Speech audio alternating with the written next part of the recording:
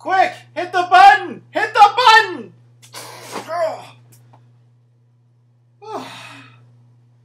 Hi, everybody. It's Gray. And it's Brigid, and we are here. We saw the movie Inception last night. We wanted to give you another review. So, Gray, what did you think of the film? You know, I went to this, I didn't know what to think. Everyone's crazy about it. It's directed by Christopher Nolan, who I don't think has made a bad movie yet. And the previews, what little I could tell about the previews, it looked a lot like an 80s film. You have to be old like me to remember it, but an 80s film called Dreamscape, where, this guy jumps into people's dreams and actually assassinates people in their dreams. This was a little different. The concept was a little different. They're not actually assassinating people, but apparently they're jumping into dreams and trying to steal ideas or occasionally plant ideas into people's minds. Now, where does this fall in the whole total scheme of things with the Christopher Nolan spectrum? Not his best, I didn't think. It was very good, and it's up there toward the top. I still think Momentum's probably his best film. Dark Knight maybe underneath that, and then you get Inception, which is pretty high. I mean, he's got lots of other good movies. I would say this is better than, like The Prestige, Insomnia, very good film. I liked it. It was a good film. It was a good action film that made you think. But it's not his greatest film, which is what I've been hearing a lot of people say. So keep your expectations a little limited there. What did you think? I liked it, but I was a little disappointed after hearing a lot of the buzz from people I know who seemed to love it and think it was amazing. And I heard the phrase, "it blew my mind," so many times, and it did not blow my mind, but I liked it. I'm not a big action film person, but that wasn't a problem for me at all. I enjoyed the sequences. I thought they were well done. There wasn't a lot of blood and gore and all that kind of stuff, and it all seemed to make sense. It all fit in. It wasn't like just gory violence just for the hell of it. So, all that said, I think I do agree. I haven't seen that many Christopher Nolan films, but I definitely not my favorite. I liked the Batman movies more.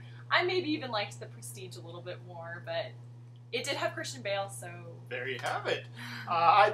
The last sequence, and I'm not giving anything away by saying this, I don't think, but the last sequence lasts pretty long. It's a long sequence. Parts of it reminded me, bizarrely enough, like they were taken directly from For Your Eyes Only, if you know what film I'm talking about there. It's very complicated. All I'll say about this, there's 3 different levels going on, 3 different schemes happening at the same time, but they're happening at different time paces. And the way these are integrated is really impressive. It's a very well thought out sequence. It's put together well. You can follow the action, even though it's pretty complicated, and pretty much stay on top of what's going on. And I think you got to give it to Christopher Nolan as a director. It's pretty incredible that he can pull that off. Highlighted the film easily.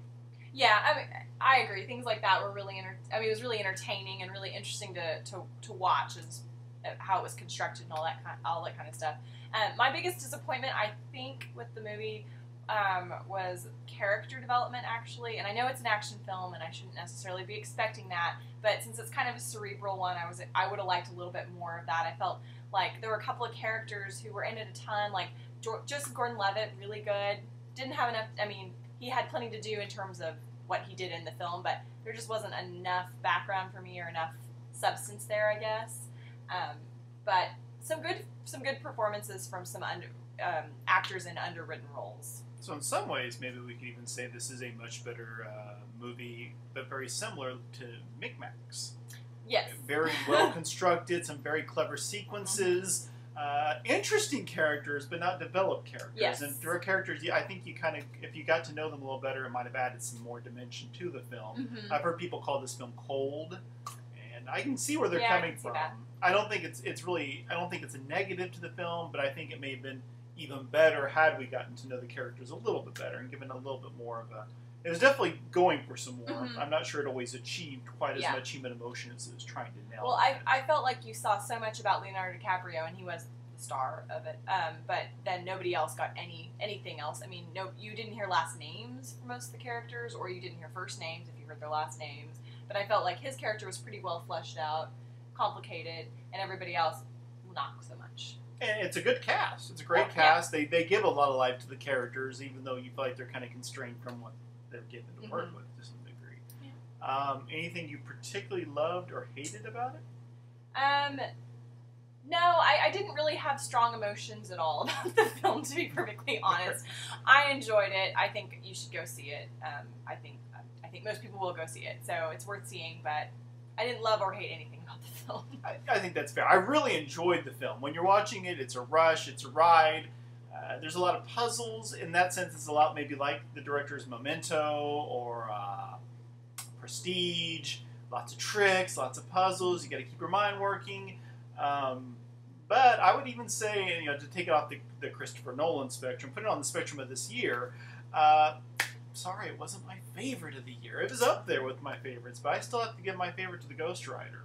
Yeah, I agree with that. Maybe Toy Story 3 after that. This is a good film. I don't want to sound too much like I'm dumping on it. It is a good film.